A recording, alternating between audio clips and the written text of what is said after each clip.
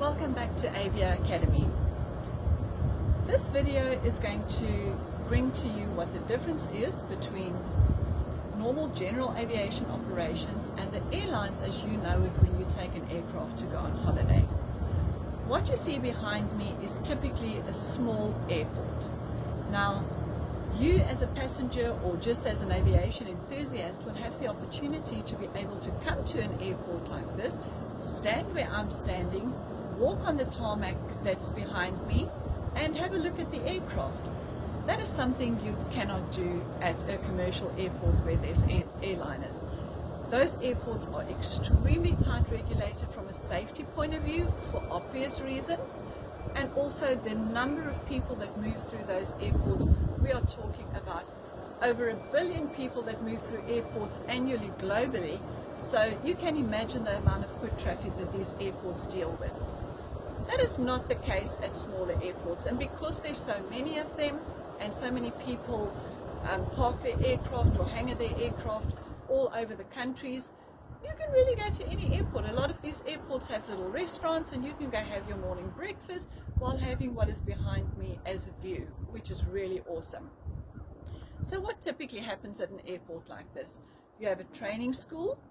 You have in the far distance, you see there's a few jets parked over there. That is normally parked at a facility called an FBO. Now, FBOs are both at big commercial airports and they're also at the smaller airports. They serve the same type of aircraft, but they often serve them for different purposes.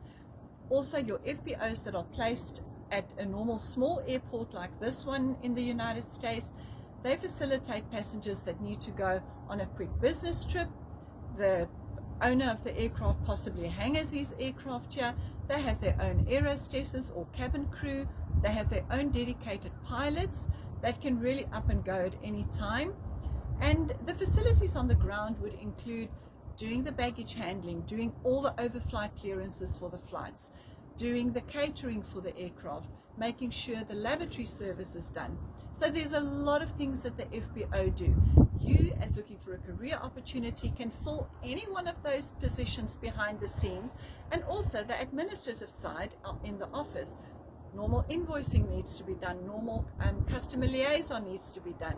So you see that this industry is vast and it's open there for you to explore. What is different at the airline? A lot of your people that you call when you make a booking for the aircraft is maybe somewhere in a home office. They do telephone bookings, maybe corporate offices that you never get to see the people. That might still be an option for you, but the whole industry working is so much different in the airline industry than in general aviation. In general aviation, when an aeroplane is booked, you pay for the use of the entire aircraft. When you book a ticket to go on vacation, you pay per seat. So that's the difference.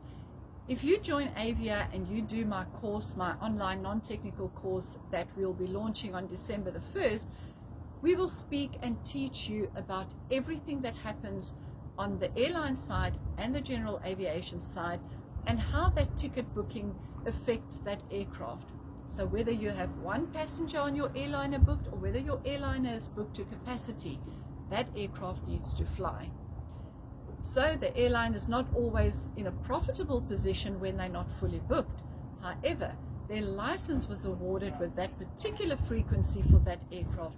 They have to fly. In general aviation, we're a little bit more privileged because the owner can fly when he wants to. He knows the set expense of his aircraft, whether he has one friend on board or takes all his buddies to go play golf. It's all the same. So when you join the course, you'll get a little bit more information on that, and we really want to make you understand that there's security at both of these airfields. They work very, very different. Commercial airliners really operate with stringent security rules in place. It's not to say that general aviation does not work with stringent rules, but there's less people that need to man this facility because the aircraft are smaller, the frequencies are less, and some airports even close a certain time at night when there's no personnel. So there's a lot of differences between the two industries. What you, however, need to understand as a new student or somebody that's in the industry that have never got to explore this side is that general aviation and commercial airline operations are two separate entities.